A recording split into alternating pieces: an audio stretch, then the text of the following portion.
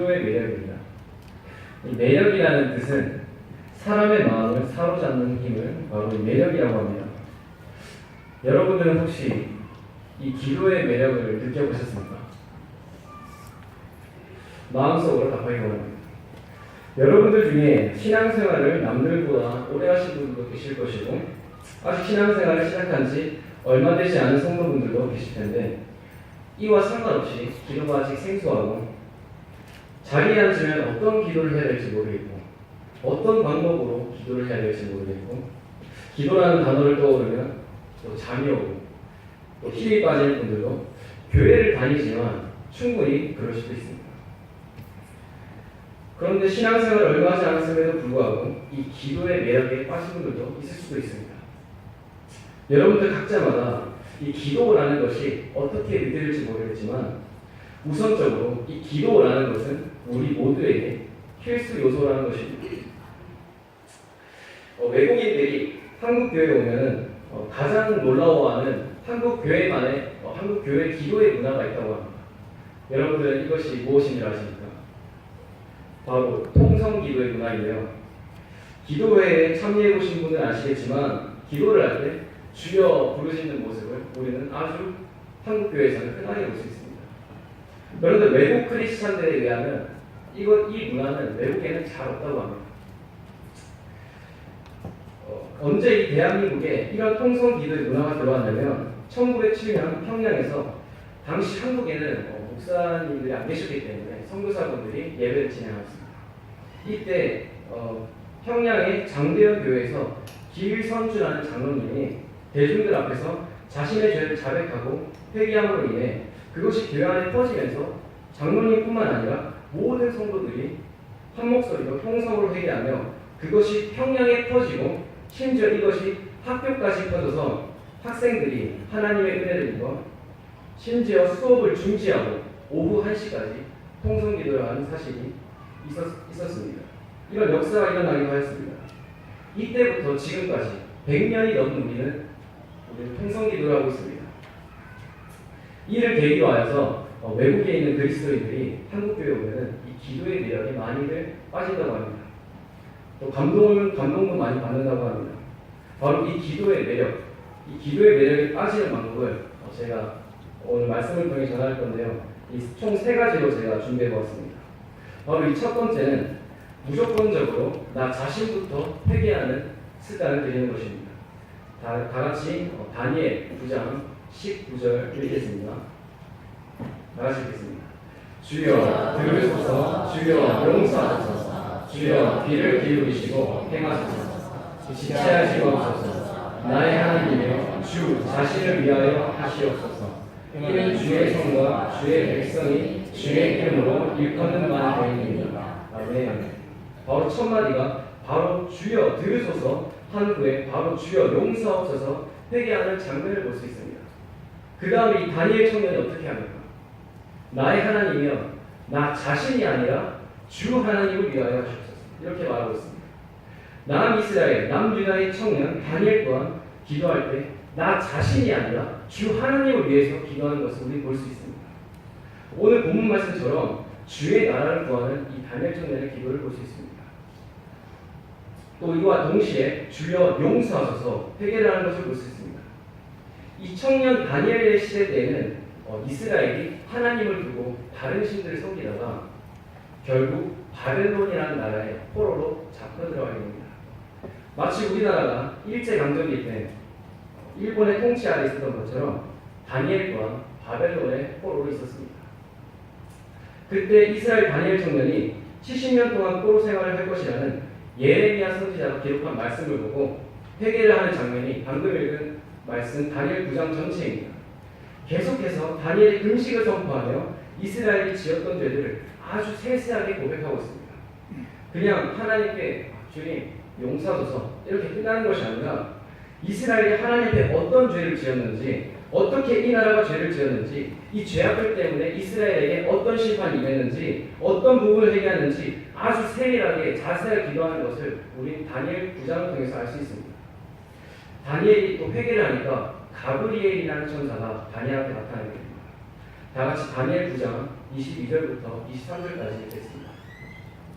다 같이 읽겠습니다. 내게 가르치며 내게 말하여 가로되 다니엘아 내가 이제 내게 지혜와 총명을 주려고 나왔나니 곧 네가 기도를 잘하시되 명령이 내렸으므로 이제 내게 구하려 왔느니라. 너는 크게 음성을 듣는다. 그런즉 너는 이 일을 생각하고 그 이상을 깨달을지니라. 아멘. 여기서 9장 22절에 나오는 지혜와 총명, 가브리엘이 지혜와 총명을 준다고 했는데요. 이게 NIV 영어 성경에는 이렇게 나와 있습니다. 인사이트와 언더스탠딩이라고 이 단어가 나오는데, 즉 인간의 생각으로 뚫을 수 없는 통찰력과 이해력을 준다는 것입니다. 그래서 23절 끝부분은 어떻게 끝납니까? 너는 이 일을 생각하고 그 이상을 깨달을지니라. 그 이상을 깨달을지니라고 말하고 있습니다. 저는 이 다니엘의 회개를 보면서 참 감동을 받은 것이 있는데요. 다니엘이 이 죄로 인해 멸망당한 이스라엘을 위해 회개를 하는 장면이 제가 다니엘 9장이라고 말했습니다. 그런데 여러분에게 묻고 있습니다. 이스라엘이 멸망을 했는데 다니엘 때문에 멸망했습니까? 이스라엘이 멸망당한 이유가 예레미야 11장 9절부터 11절에 나오는데, 이것을 요약을 해보면 유다인과 예루살렘 주민이 하나님께 반역을 일으켰고 다른 신들을 따라 섬겼은즉 그러므로 내가 그들에게 재앙을 내리니 그들이 피할 수 없을 것이다 라고 말합니다. 그런데 다니엘은 이스라엘이 지었던 죄를 하나님 앞에 회개를 합니다.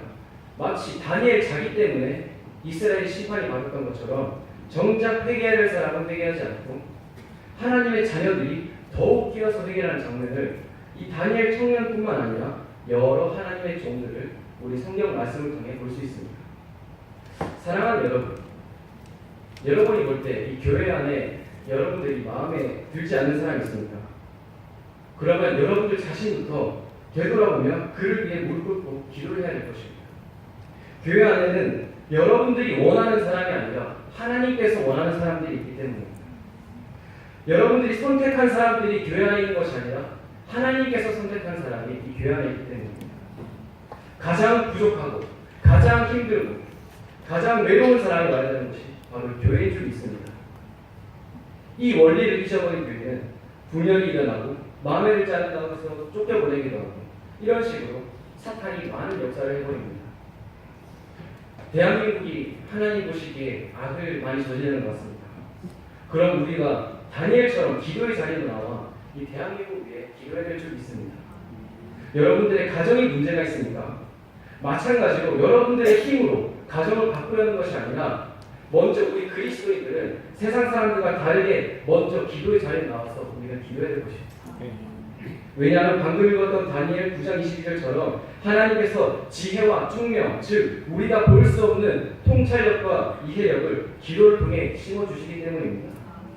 이 기도의 매력이 빠지는 것이 첫 번째가 회개라고 했습니다. 그 다음 두 번째는 바로 하나님을 위한 기도를 하는 것입니다. 쉽게 말하면 에베소서 5장 10절을 붙들고 기도하는 것인데요. 다 같이 읽겠습니다. 에베소서 5장 10절. 주께 기쁘시게 할 것이 무엇인가 시험하여 보라. 아멘. 내가 어떤 기도를 해야 돼? 어떤 기도를 해야 하나님께서 기뻐하실까? 예를 들어 내가 이런 대학교, 이런 직장을 구하면 내 인생이 조금 평탄해지겠지? 이런 고민이 아니라 이런 직장, 이런 대학교를 가면 과연 하나님께서 기뻐하실까? 나에 대한 고민을 할 때 나를 고민하는 것이 아니라 하나님께 기도를 하며 하나님께서 지금의 나를 기뻐하실까? 시편 47장 4절 5절. 또 여호와를 기뻐하라. 그가 네 마음의 소원을 네게 이루어 주시리로다. 내 길을 여호와께 맡기라. 그를 의지하면 그가 이루실 것이요. 또 빌립보서 3장 20절. 그러나 우리의 시민권은 하늘에 있는지라. 거기로부터 구원하는 자 곧 주 예수 그리스도를 기다리노니. 우리는 주 예수 그리스도만을 기다리는 사람이 우리의 앞길과 모든 미래를 전부 하나님께 맡겨야 되는 것이 사실상 당연한 것입니다. 내가 원하는 인생을 살아가는 것이 아니라 하나님께서 원하는 인생을 살아야 될 것입니다. 그러나 저도 그렇지만 우리는 교만하고 인간은 연약한 존재이기 때문에 항상 내가 원하는 삶을 살려는 본능이 우리 안에 가득합니다. 그러므로 제가 방금 말했던 두 번째 기도처럼 주를 기쁘시게 할 것이 무엇인가 이것을 붙들고 이 고민을 붙들고 새벽 기도나 수요예배, 금요예배 또 다른 기도원이나 이런 데 기도의 자리로 나와서 기도를 해야 된다는 것입니다. 여러분들이 이러한 고민을 하지 않고 또 하나님께 기도를 하지 않으면 인간은 연약한 존재이기 때문에 저 또한 하나님이 원하시는 길이 아니라 반드시 내가 원하는 길로 가려고 할 것입니다. 고린도전서 15장 31절 형제들아 내가 그리스도 예수 우리 주 안에서 가진 바 너희에 대한 나의 자랑을 두고 방언하노니 나는 날마다 죽노라. 날마다 아침에 기도하러 시작한다. 나의 지혜, 나의 생각에 세상적인 생각을 죽이고 주님의 뜻이 내 안에 가득하도록 우리는 깨어 기도해야 할 것입니다.